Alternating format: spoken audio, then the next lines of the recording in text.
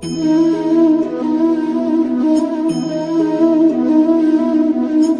મિત્રો આપણે આગળ ચર્ચા કરીએ આંતરક્રિયા નંબર 2, જેનું નામ છે સ્પર્ધા.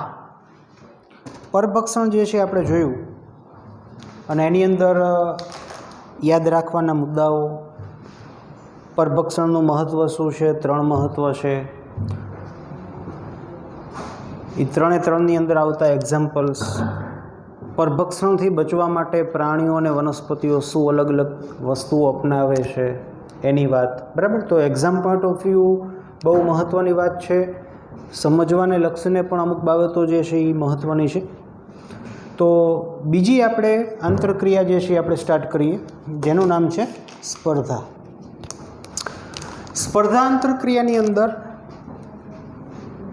આવી નિશાની છે કે જાતિ એ અને જાતિ બી બંનેની અંદર નેગેટિવ સાઇન છે. તમને એમ થશે કે એ વસ્તુ કેવી રીતે નેગેટિવ કઈ રીતે આવે?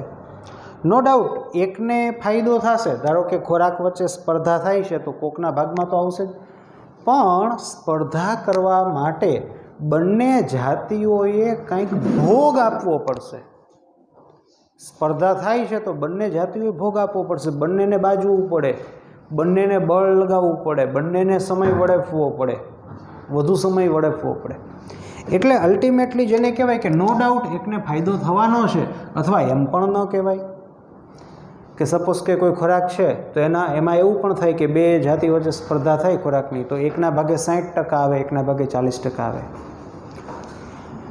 તો અલ્ટિમેટલી સ્પર્ધા થાય ને તો બંને જાતિઓને નુકસાન થાય. તમારે આવા સંદર્ભે વિચારવાનું છે કે જો સ્પર્ધા ન હોત, કોઈ પણ એકના જ ભાગમાં હોત તો શું થાત? તો 100% મળે ને. આજે જેને કહેવાય કે મેડિકલની સીટ 100 અને વિદ્યાર્થીઓ 10 છે તો સ્પર્ધા થાત જ નહીં. તો આ ઉજાગરા ન થાત, તો ખાલી પાસ થવાનું રહેત. પણ તમે સમજી શક્યા હોય કે જો 2ની બદલે 1 જ હોત ને તો 100% આવે. પહેલાં 100% જ આવવાનું હતું, પણ 2 થયા એટલે શું થયું? આના ભાગમાં ઓછું આવ્યું ને આના ભાગમાં ઓછું આવ્યું, એટલે બેયને શું થયો? લોસ ગયો. આવા સંદર્ભે સમજવાનું છે કે ધારો કે જાતિ એ જ એકલી હોત તો 100% ખોરાક એના ભાગમાં આવવાનો હતો, પણ આઈ આવી સ્પર્ધામાં એટલે થોડોક આઈ લઈ જશે, જાતિ બી એ થોડોક ખોરાક ખાઈ જશે ને આઈ ખાઈ જશે, એટલે બેયને જેને કહેવાય કે નુકસાન થાય. એવી રીતે આમાં પણ વિચારી શકો કે ધારો કે આ ન હોત તો આના ભાગે 100% આવે, પણ આ છે એટલે આના ભાગે ઓછું આવે. એટલે સ્પર્ધા થાય ને એટલે લોસ જાય જ, સ્પર્ધા થાય ને એટલે લોસ થાય. રેડી? ચાલો, તો સ્પર્ધા જે છે એની અંદર આપણે આગળ ચર્ચા કરી. તો ડાર્વિન જે છે એનો ઉત્ક્રાંતિવાદ છે, એની અંદર એક બહુ મહત્ત્વનો પોઈન્ટ છે. જે રીતે પરભક્ષણની અંદર આપણે ચર્ચા કરેલી હતી, એવી રીતે ડાર્વિને સ્પર્ધાને પણ જેને કહેવાય કે એક ઉત્તમ બાબત તરીકે ગણી છે કે કોઈ વ્યક્તિની પણ કોઈ જાતિ જે છે એનું અસ્તિત્વ ટકાવવા માટે નંબર 1 યોગ્યતમની ચિરંજીવિતા આ એક ફેક્ટર્સ જેને કહેવાય કે અસર કરે છે. યોગ્યતમની ચિરંજીવિતા એટલે શું? તો કે કોઈ સજીવ પોતાના વાતાવરણ સાથે બધી જ રીતે મેક્સિમમ એમાઉન્ટમાં અનુકૂલિત હોય તેને યોગ્યતમની ચિરંજીવિતા કહેવાય.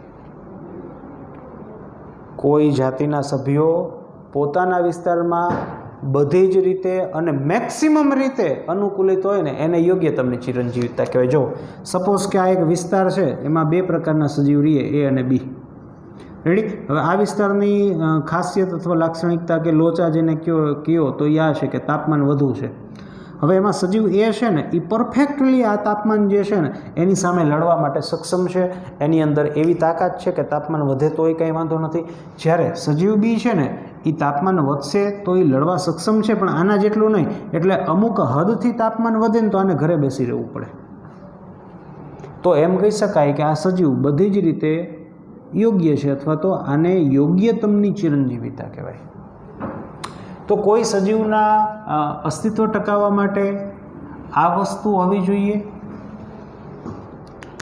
પણ મિત્રો આ બે વચ્ચે ખોરાક બાબતે સ્પર્ધા થાય, એમાં જો આ નબળો ઉતરે ને તો એ અસ્તિત્વ ન ટકે. એટલે જ સાહેબે કીધું છે કે અસ્તિત્વ ટકાવવા માટે આ પ્લસ ઉત્તમ સ્પર્ધાની અંદર પણ એનો નંબર આવવો જોઈએ. સ્પર્ધાની અંદર એનો નંબર આવવો જોઈએ. દેશી ભાષામાં હું તમને કહું તો આ બંને બાબતો હોવી જોઈએ કે તે સારી રીતે સ્પર્ધા પણ કરી શકતું હોવું જોઈએ, તો એનું અસ્તિત્વ ટકે. આવું સાહેબે કીધું. રેડી? ચાલો, હવે સ્પર્ધા કોની વચ્ચે થાય? તો કે સ્પર્ધા જે છે ને એ સામાન્ય રીતે એક જ જાતિના સજીવો વચ્ચે થાય. શું કામ? તો કે એક જ જાતિના સજીવો હોય ને એની આદતો સમાન હોય. ખોરાક લેવાની આદત કે રહેઠાણની આદત કે પ્રજનનની આદત એ સમાન હોય એટલે સ્પર્ધા થાય. કે સામાન્ય રીતે નજીકની સંબંધિત જાતિ એના સજીવો વચ્ચે સ્પર્ધા થાય. પણ આ વસ્તુ દરેક બાબત અથવા દરેક વખતે સાચી નથી. અલગ અલગ જેને કહેવાય કે જાતિના સભ્યો વચ્ચે પણ સ્પર્ધા થાય. આજે હું તમને ઘાસની જ વાત કરું તો નો ડાઉટ કે હરણ છે એ ઘાસ ખાશે, પણ આ જ ઘાસ બકરી પણ ખાય, આ જ ઘાસ ગાય પણ ખાય, આ જ ઘાસ અન્ય તૃણારીઓ પણ ખાય. એટલે એક જ જાતિના સજીવો વચ્ચે સ્પર્ધા તો થાય, પણ એક જ જાતિના સજીવો વચ્ચે જ સ્પર્ધા થાય એવું નથી. અલગ અલગ જાતિઓ વચ્ચે પણ સ્પર્ધા થાય. સમાન સ્ત્રોત માટે અલગ અલગ જાતિઓ વચ્ચે પણ સ્પર્ધા થાય. તમને એનું એક્ઝામ્પલ આપ્યું છે કે પ્રાણી પ્લવકોને ખાવા માટે સુરખા પક્ષી ને માછલી બે વચ્ચે સ્પર્ધા થાય. તો સમજી શકો એવી વાત છે.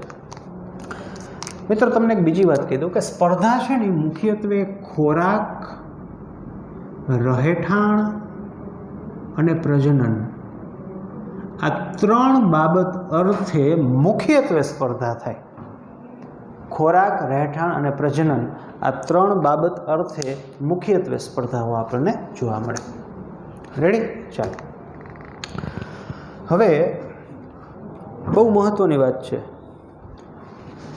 કે સ્ત્રોત મર્યાદિત હોય. ધારો કે સ્ત્રોત તરીકે ખોરાકની ચર્ચા કરીએ, એ મર્યાદિત હોય તો સ્પર્ધા થવી એ એક આવશ્યક છે. હાલો, એ તો સમજાઈ જાય આપણને કે ખોરાક ઓછો હોય તો એની વચ્ચે સ્પર્ધા થાય, ખોરાક લેવા માટે સ્પર્ધા થાય. પણ અમુક વખત આવું થાય કે સ્ત્રોતનું મર્યાદિત હોવું પણ આવશ્યક નથી, છતાં પણ સ્પર્ધા થાય.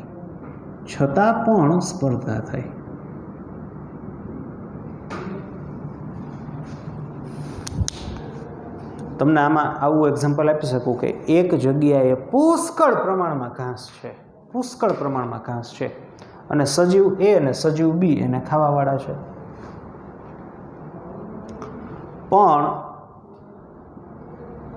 એક જાતિની ખોરાક લેવાની કાર્યદક્ષતા વધારે હોય કે વધારે જનૂનથી કોઈ જાતિ ખોરાક લેતી હોય અને તે જાતિ અન્ય જાતિને નડતી હોય. શેમાં નડતી હોય? તો કે ખોરાક લેવામાં. તો પણ સ્પર્ધા થાય. તો પણ ઓલી જે નબળી જાતિ હોય એને એમ થાય કે હું ઝટ ખાઈ લઉં, વધારે ખાઈ લઉં, ઝડપથી ખાઈ લઉં. ધારો કે મોટી જાતિ છે કોઈ સજીવની, એ ઘાસ ખાવા જાય તો એની સપોઝ કે એક લાક્ષણિકતા છે કે એના અંગો, એના ઉપાંગો છે આજુબાજુ ફેરવે કે જેથી બાજુમાં રહેલી અન્ય નાની જાતિ છે ને એને તકલીફ પડે, ભલે ઘાસ ગમે એટલું છે. તો આવા કિસ્સામાં સ્પર્ધા થાય. અથવા તો અન્ય કુદરતી અવરોધો પણ ઘણી વખત આવી સ્પર્ધા કરાવે છે. આનું એક્ઝામ્પલ તમને સમજાવું કે પૂરતા પ્રમાણમાં ઘાસ છે પણ કુદરતી અવરોધ તરીકે ધારો કે એવું બને કે તાપમાન જે છે એ બહુ હાઈ થઈ જાય. ખાલી સવારના 8 થી 10ની વચ્ચે જ જેને કહેવાય કે તાપમાન છે એ ઓછું રહેતું હોય. હું તમને સમજાવવા માટેની વાત કરું છું. ધારો કે આવું બનતું હોય કે 8 થી 10ની વચ્ચે જ તાપમાન ઓછું છે અને બાકી સપોઝ કે આની પહેલાં અંધારું હોય છે અને આના પછી ટેમ્પરેચર હાઈ હોય છે. ઘાસ ભલે ગમે એટલું રહ્યું. તો મિત્રો, આટલા જ સમયગાળા દરમિયાન ઘાસ ખાવાનું થાય, મીન્સ કે સ્ત્રોત લેવાનો થાય તો પણ પડાપડી થાય, સ્પર્ધા થાય. એટલે સ્ત્રોતનું મર્યાદિત હોવું પણ આવશ્યક નથી. આવા પણ અમુક કિસ્સાઓ છે કે એક જાતિની કાર્યદક્ષતા વધુ છે અથવા એક જાતિ બીજી જાતિને કોઈ રીતે કનડગત કરતી હોય અથવા એક જાતિની હાજરી અન્ય જાતિ માટે કનડગત જેવી સાબિત થાય કે કુદરતી અવરોધો, તાપમાન વધુ છે, પૂર આવી જવું, પાણી, વરસાદ, સતત વરસાદ પડવો. તો આવા કિસ્સાઓમાં કોઈ ચોક્કસ સમયે જ જેને કહેવાય કે સ્ત્રોત માટે દોડવું પડે તો પણ સ્પર્ધા થાય. રેડી? ચાલો, સ્પર્ધા છે ને, સ્પર્ધા એને વ્યાખ્યાયિત કરવાનું એક અન્ય પરિભાષા પણ છે. સ્પર્ધાને વ્યાખ્યાયિત કરવાની એક અન્ય વ્યાખ્યા પણ છે, અન્ય બાબત પણ છે કે સારી સ્પર્ધા ક્યારે થઈ કહેવાય. સારી સ્પર્ધા ક્યારે થઈ કહેવાય? તો કે ધારો કે બે સજીવ છે એની વચ્ચે સ્પર્ધા થાય છે, તો સારી સ્પર્ધા ક્યારે કહીશું? તો કે એક જાતિની હાજરીમાં અન્ય જે જાતિ હોય ને, અન્ય જાતિ એનું આર મૂલ્ય મંડે ને ઘટવા, આર મૂલ્ય ઘટવા માંડે. આર એટલે બર્થ માઇનસ ડેથ, એટલે અલ્ટિમેટલી એની વસ્તીની જે વૃદ્ધિ છે એની ઘટવા માંડે ને, તો એમ કહેવાય કે સ્પર્ધા જમાવટવાળી થઈ અને સ્પર્ધામાં એક છે એ જમાવટનો સિકંદર નીકળો અને બીજાની જમાવટની હાર થઈ. જો આ બીજી વ્યાખ્યા કે એક જાતિની યોગ્યતા બીજી જાતિની હાજરીના લીધે ઘટી જાય. યોગ્યતા એટલે આ મીન્સ કે એક જાતિની અંદર વૃદ્ધિનો દર, યોગ્યતા એટલે આર એટલે બર્થ માઇનસ ડેથ અલ્ટિમેટલી આંતરિક વૃદ્ધિનો દર. તો એક જાતિની યોગ્યતા સ્પર્ધાના લીધે મીન્સ કે એક જાતિ છે ને એ સ્પર્ધામાં બહુ સારી છે, ઝાઝો ખોરાક ખાઈ જાય છે, બીજાના ભાગે આવતો નથી, એટલે બીજી જાતિ જે છે ને એની યોગ્યતા એટલે કે આર ઘટી જાય બીજી જાતિમાં. કારણ કે ભાગે નથી આવતો એટલે માંડ્યા બધાય મરવા. 100 જણા હોય તેમાં 50 માંડે વૈધા, 50 વૈધા તો એનું પ્રજનન થાય તો આર ઘટી જાય ને. એટલે એક જાતિ ઉત્તમ સ્પર્ધાવાળી થાય અને ઝાઝો ખોરાક લઈ લે છે, તો બીજી નબળી જાતિ કે જે હાર તરફ હોય છે એમાં વૃદ્ધિ દરમાં ઘટાડો થાય. આ પણ એક અન્ય વ્યાખ્યા છે.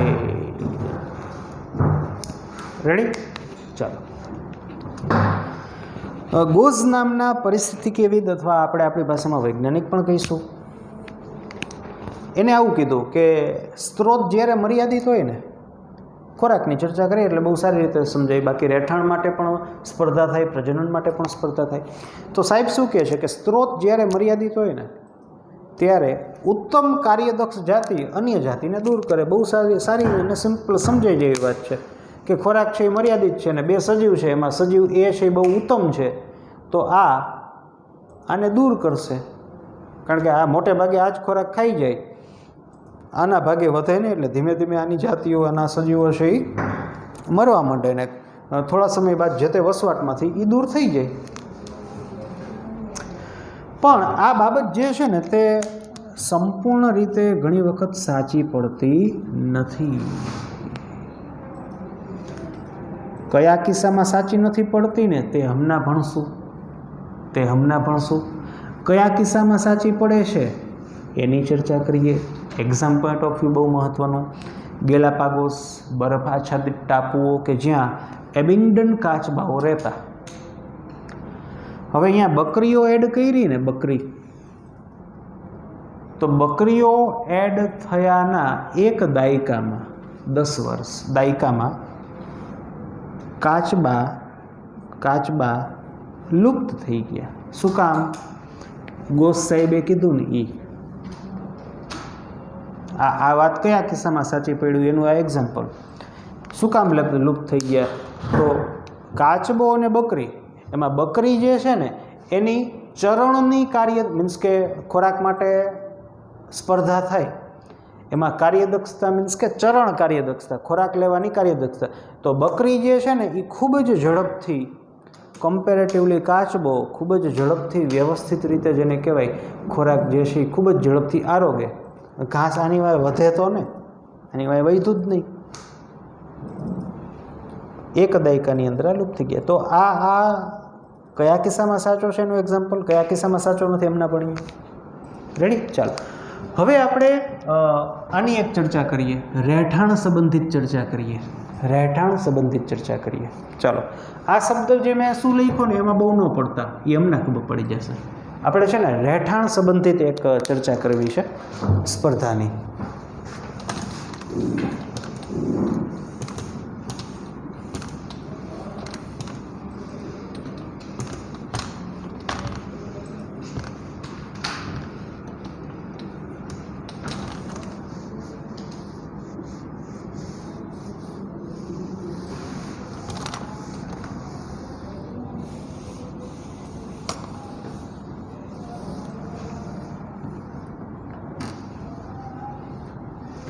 જો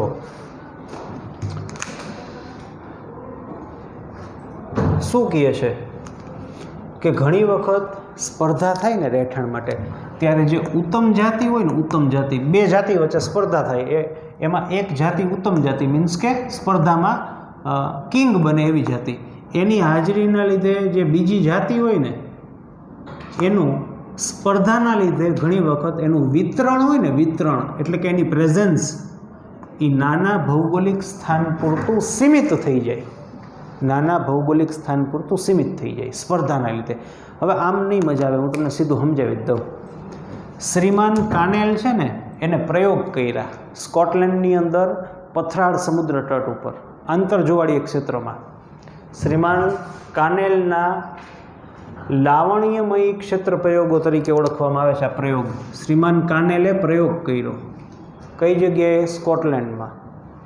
ક્યાં? ઇંગ્લેન્ડની બાજુમાં, એવું કેવું હોય તો કહેવાય. સ્કોટલેન્ડની અંદર પથરાળ સમુદ્ર તટ એટલે કે આંતરજુવાળીય ક્ષેત્રમાં એને પ્રયોગ કર્યો. શું પ્રયોગ કર્યો? એટલે એની આખે ઇતિહાસ નહીં પણ આખી વાત હું તમને કરું. પહેલી વાત હું કરીશ બાર્નેકલ્સ. તો કે બાર્નેકલ્સ શું છે? તો કે બાર્નેકલ્સ જે છે ને એ સંધિપાદ સમુદાયના પ્રાણીઓનું જૂથ છે. પ્રાણીનું જૂથ છે, કોઈ એક સજીવનું નામ નથી. આપણે સજીવ લઈએ, આપણે કેમ કીટક છે એ શું છે આપણને ખબર છે, વર્ગ છે, આખો જૂથ કહેવાય.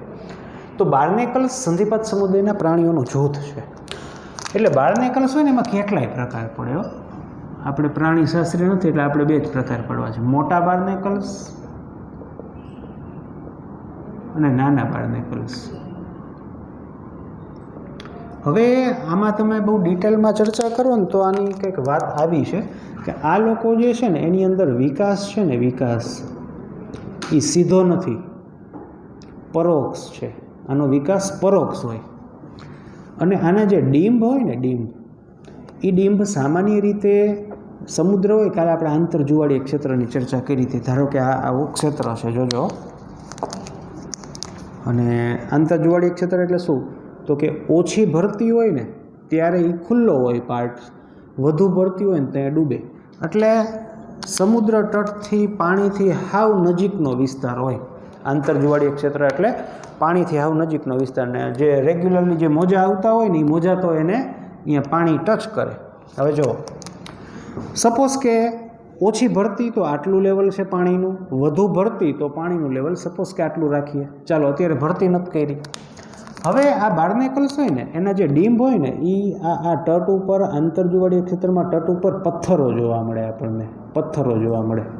આ પથ્થર ઉપર એના જે ડીંબ હોય ને એ ચોંટી જાય. પહેલાં તો એના ડીંબ હોય ને પથ્થર ઉપર ચોંટી જાય અને પછી એનો વિકાસ થાય.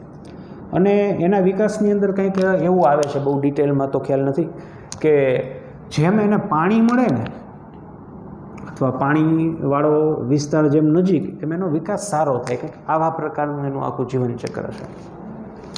એટલે આટલો આંતરજુવાળીય ક્ષેત્ર થાય. જો આ લાઈન કરી, આટલો આંતરજુવાળીય ક્ષેત્ર છે. આ ઉપરનો ક્ષેત્ર થાય ને, મીન્સ કે આ ક્ષેત્ર છે આંતરજુવાળીય થાય, આંતરજુવાળીય. આ જે છે એ કયું થાય? આંતરજુવાળીય પછીનું, મીન્સ કે નજીકનું. રેડી? હવે આ બાર્નેકલ્સ છે ને, મોટા બાર્નેકલ્સ, એ ઉત્તમ છે. શું છે? ઉત્તમ છે. આ કેવા છે? થોડાક ઉતરતી કક્ષાના. ચાલો, શેમાં ઉત્તમ છે? સ્પર્ધામાં ઉત્તમ છે. કોણ? આ સ્પર્ધામાં ઉત્તમ છે. આ કેવા છે? સહેજ નીચલી કક્ષાના. ચાલો, પણ શેની સ્પર્ધા શેની? તો કે આ છે ને એ સહેજ માથા ભારે, મેં તમને કીધું એમ. એટલે આ લોકો પોતાના ડીંબ જે છે ને એ બેસ્ટ જગ્યા હોય ને અહીંયા મૂકે. એટલે બેસ્ટ જગ્યા કઈ? આંતરજુવાળીય. આ માથા ભારેના ડીંબ. જ્યારે આ કોના ડીંબ? ઓછા માથા ભારેના ડીંબ. તો જુઓ, હરીફ રૂપે ઉત્તમ જાતિની હાજરીના લીધે કોઈ જાતિનું ભૌગોલિક વિતરણ જે છે ને એ થોડાક સ્થાન પૂરતું લિમિટેડ થઈ જાય, સીમિત થઈ જાય. હવે શ્રીમાન કાનેલે આ વાત કરવા માટે એક પ્રયોગ કર્યો આ જગ્યાએ. આ પ્રયોગનું નામ છે, જગ્યા આ છે. શું પ્રયોગ કર્યો? એને પ્રાયોગિક રીતે મોટા ઉત્તમ બાર્નેકલ્સ હોય ને આ વિસ્તારમાં ઉત્તમ બાર્નેકલ્સ એને દૂર કરી દીધા. એને મિત્રો દૂર કર્યા એટલે સ્પર્ધામાં મોટા કિંગ વયા ગયા. હવે કિંગનો વારો આ, તો શું થયું? આંતરજુવાળીય ક્ષેત્રમાં એની પ્રભાવિતા વહી ગઈ. એની પ્રભાવિતા હતી એટલે શું થયું? એની હતી ને એટલે એને નાના બાર્નેકલ્સને બહાર ખસેડી દીધા. જેવી એની પ્રભાવિતા વહી ગઈ ને એવું હવે હું અહીંયા લખું છું, એ મારે અહીંયા લખ્યું નથી. હવે કે મોટા બાર્નેકલ્સને દૂર કરતા હવેની સિચ્યુએશન આવી થઈ ગઈ.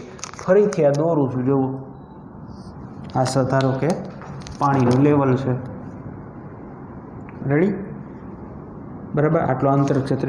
તો મોટા બાર્નેકલ્સ વયા ગયા ને, તો આ લોકો આ પથ્થર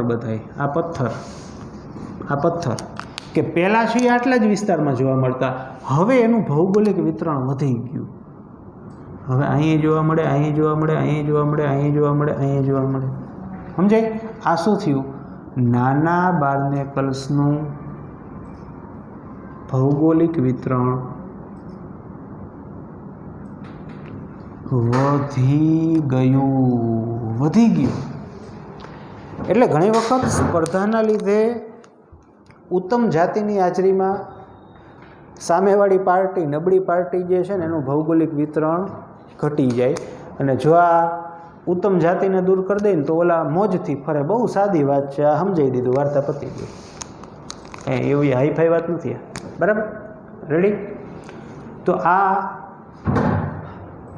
વાત રહેઠાણ માટેની છે કે સ્પર્ધા હોય ને એમાંથી જો સ્પર્ધામાંથી મુક્તિ મળે ને તો ઘણી વખત અમુક જાતિનું ભૌગોલિક વિતરણ છે એ વધી જાય. સ્પર્ધામાંથી મુક્તિ મળે ને તો આવું થાય. આ એના એક્ઝામ્પલ્સ. સ્પર્ધા ખોરાક માટે થાય, રહેઠાણ માટે થાય, પ્રજનન માટે. અને મિત્રો, માંસાહારી કરતાં તૃણાહારી વનસ્પતિ એક પેની સંખ્યા વધારે. તમે બહુ સાદી રીતે સમજી શકો. સંખ્યા વધારે, વનસ્પતિઓ જાજી, એને ખોરાકનું શોષણ, પાણીનું શોષણ કરવાનું, ને એમાંય સ્પર્ધા, એમાંય નિંદામણ ઉગી નીકળે તો લોચા ને. એટલે મોટે ભાગે જેને કહેવાય ને કે આ લોકોને વધારે સ્પર્ધામાં વધારે અફેક્ટ થાય. એમાં આ તો પાછા ભાગી ન શકે એને કેટલી, તમે સમજી શકો. બહુ સિમ્પલ વાત છે. વધારે એડવર્સલી અફેક્ટેડ. રેડી? ચાલો આગળ મહત્ત્વની વાત કરીએ. ગોઝનો નિયમ શું છે? ગોઝે એક નિયમ આપ્યો કે એક જ પ્રકારના સ્ત્રોત માટે, એક જ પ્રકારનો ખોરાક લઈ લ્યો સ્ત્રોત માટે, સ્પર્ધા કરવાવાળી બે નજીકની જાતિ હોય ને એ અનંતકાળ સુધી સાથે ન રહી શકે. આવું આ સાહેબે કીધું. જ્યારે સ્ત્રોત મર્યાદિત હોય ત્યારે જ્યારે સ્ત્રોત મર્યાદિત હોય ને ત્યારે આ બે જાતિઓ અનંત સમય સુધી સાથે ન રહી શકે. એક સમયે તો બેમાંથી જે ઉત્તમ જાતિ હોય ને એ જીતે અને બીજી જાતિની અંદર ક્રમશઃ યોગ્યતા અથવા આરનું મૂલ્ય હોય ને ઘટતું જાય. અને જ્યારે આરનું મૂલ્ય 0 થાય એટલે સ્ટેબલ થાય, પછી ધીમે ધીમે બાકી વૈધા હોય એ મૃત્યુ પામે ને એક સમય એ લુપ્ત થઈ જાય. અથવા આટલી બધી નોબત ન આવે તોય કાંઈ નહીં, બીજી જાતિ જે ભૂખી મંડે રહેવા તો એ બહાર સ્થળાંતરણ પામે. એટલે એક સમાન સ્ત્રોત માટે અનંત સમય સુધી કોઈ બે જાતિ વચ્ચે સ્પર્ધા ન થઈ શકે. ઉત્તમ કાર્યદક્ષ જાતિ જે હોય ને એ અન્ય નિમ્ન કાર્યદક્ષને દૂર કરે. તો આ તો દેખીતી રીતે આપણે સમજાઈ જાય એવી વાત છે, જોઈ શકાય એવી વાત છે. પણ મિત્રો, સમજવાનું આ છે કે દર વખતે સાચું નથી. એવા પણ આપણી પાસે કિસ્સાઓ છે કે જેમાં સ્ત્રોત મર્યાદિત હોય, 6 છતાં પણ સ્પર્ધા નથી થતી એની પાછળનું કારણ છે સ્ત્રોતનું વિભાજન થવું, ખોરાકનું વિભાજન થવું. તમને એમ થાય આ શું ઘાસની પોટલી હોય તો એ વિભાજિત થઈ જાય અડધી આખી? નો, એવું નહીં. સ્ત્રોતનું વિભાજન એટલે આવો મિનિંગ છે કે જો કોઈ બે જાતિઓ હોય, ધારો કે ખોરાકની ચર્ચા કરીએ, સ્ત્રોત તરીકે ખોરાકની ચર્ચા કરીએ કે જો કોઈ બે જાતિઓ હોય ને એને ખોરાક લેવાની અલગ અલગ આદતો હોય કે અલગ અલગ રીતે એ ખોરાક લઈએ. અમને સમજાવું અલગ અલગ રીતે એટલે શું.